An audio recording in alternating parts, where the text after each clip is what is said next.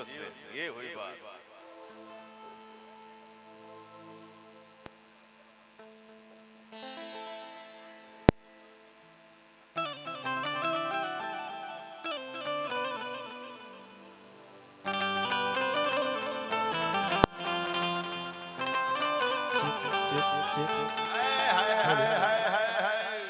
आज आपके भाई आपके बेटा को गाना गाते हुए 32 साल हो गया। और पवन सिंह जैसे मंच पे आता है, भोजपुरी भाषा के बोले वाला, देखे वाला, सुने वाला, जब आप लोग गरज देना जाना हो भैया, दुनिया के किसी भी कोने में पवन सिंह का सीना।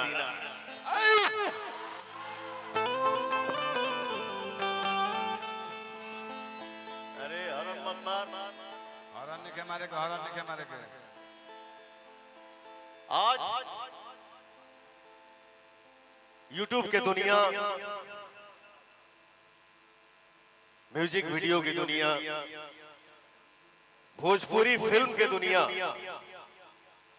इतना बिजी शेड्यूल हो गया कि भैया हो न खाने का टाइम है, न सोने का टाइम है, न कहीं अपने मन से जाने का टाइम है। ये सब आप लोगों का आशीर्वाद है, इसलिए मैं बोलता हूं कि आप लोग मेरे लिए भगवान है। पवन सिंह कोई सुपरस्टार नहीं है, कोई पावर स्टार नहीं है। मैं जो कुछ भी हूं आप सबका आशीर्वाद, आगे कुछ मुझे आता ही नहीं।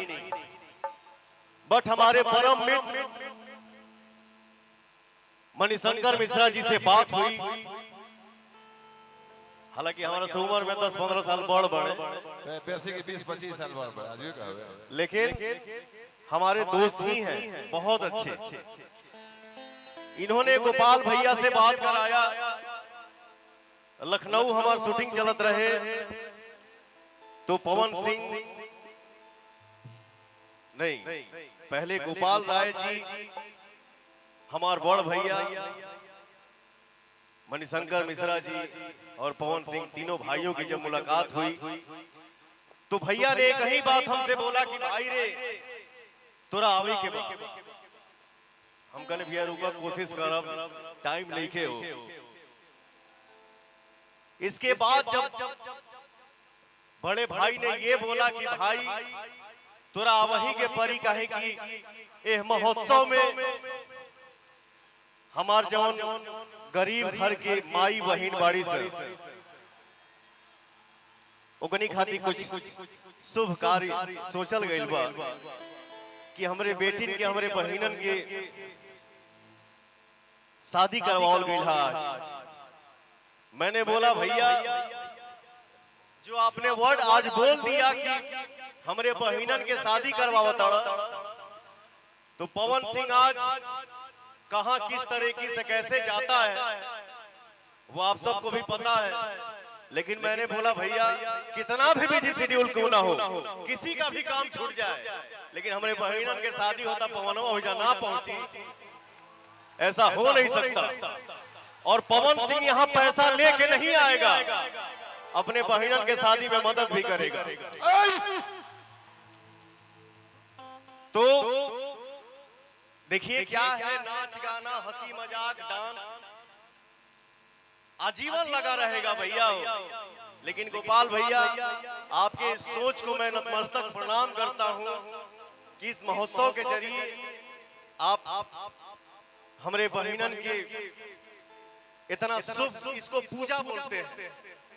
मेरा नेचर क्या है, दिन भर अगरबत्ती दिखाएं या लोग के बगली मारो चली, कोई फायदा नहीं है। आप मत अगरबत्ती दिखाइए, लेकिन रास्ता चलते अपने बड़ों का आशीर्वाद लीजिए, वही पूजा है।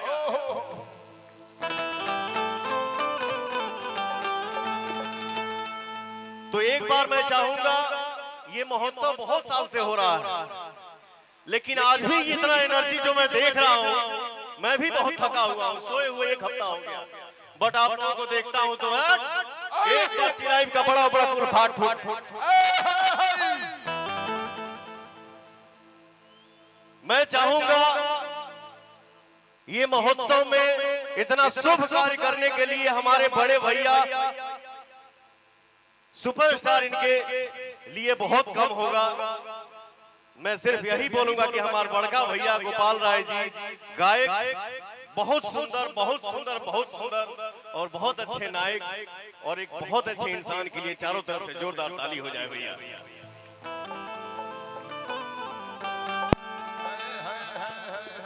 और ये कभी कभी मौका मिलता है, इहो सबसे बड़ काम बा।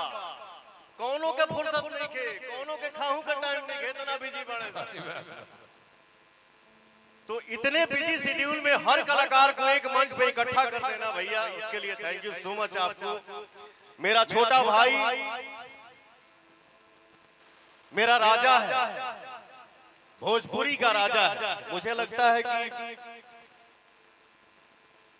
उम्र उसका कम है, बट सीनियरिटी में पवन सिंह के बाद मेरे भोजपुरी इंडस्ट्री का राजा मेरा छोटा भाई कल्लू ही है।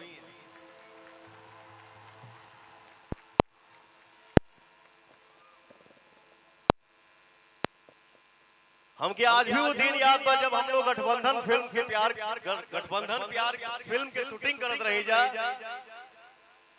तो जब हम अपने रूम में जाए ना शूटिंग वहां करके, तो भाग के हमारे रूम में आ जाए। इतना छोटा था, हम को ढेर बढ़ना रही, ये इतना था मैं इतना था।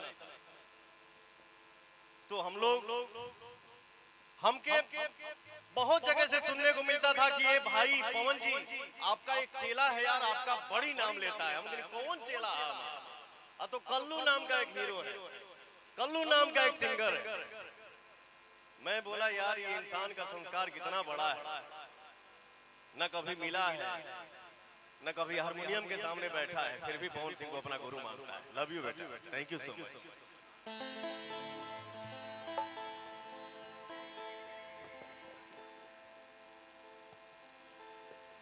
और हड़बड़ाई जाबो, नाच गाना सब होई, बट आज हमारे हिसाब से थोड़ा देर, क्योंकि देखिए दुनिया में आदमी हर तरह का मंच अटेंड करता है, लेकिन ऐसा भाव और ऐसा माहौल कहीं कहीं देखने को मिलता है। तो हड़बड़ाइएगा नहीं भैया, चाचा भाई संगतिया दोस्त हमार माई बहन बैठल बाड़ी जाए, बस आशीर्वाद बनौले रहो सरे। कान में जब आवे लगे जब चली पवन तक रोकी कवा का, अरे आगे बोल, रोकी कवा। ये हुई बात। हमारा प्यारा भाई, हमारा राजा भाई, नवादा के किंग, भोजपुरी के किंग, आप सबके सामने मेरा छोटा भाई गुंजन सिंह बैठा हुआ है, खड़ा होकर शेर जी से आ गया सामने। लव यू मेरा भाई, बहुत आगे बढ़िए, एकदम छा जाइए बेटा। और हमसे छोट भाई हमें हमार अजीत आनंद जी, हमके लगा था कि हमने के एक समय के कलाकार हैं, 2-4-6 महीना 1 साल आगे पीछे हुई। 1-2 महीना के बड़ा छोटा अजीत आनंद जी हमारे सामने हैं, भाई मेरे, बचपन का प्यार है, भूल मत जाना यार। लव यू मेरा भाई, एकदम छाए रही सब भाई हमारे घर जाता रहे। और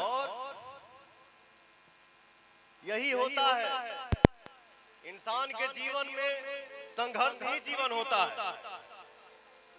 अरे रुक भाई, रुक। अच्छा एक बात बताओ, एजा सब हमार भाई इकट्ठा भइल बड़ा से, एगो के नाम लेबे, एगो के नाम ना ले तो करिए न धीरे, रुक जो 5 मिनट। हर इंसान के लिए ये मेहनत मायने रखता है भैया।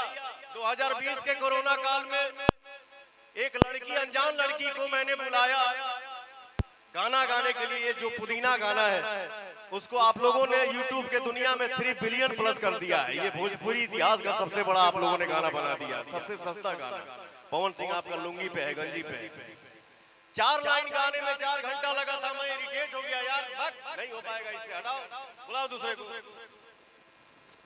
लेकिन भैया वैसे समय को देखते हुए एक लड़की जिसका नाम है अनुपमा यादव, उस लड़की ने गाना गाया और आप लोगों ने रिजल्ट दिया, और उसके बाद जो ये लड़की मेहनत की और आप लोगों ने अपने दिल में जगह दिया, आज स्टेज की किंग कलाकार के नाम से जानी जाती है। थैंक यू सो मच, बहुत आगे बढ़िए, ऐसे ही छाए रही। बैठिए। साइड से लो, साइड से। आए हाय हाय।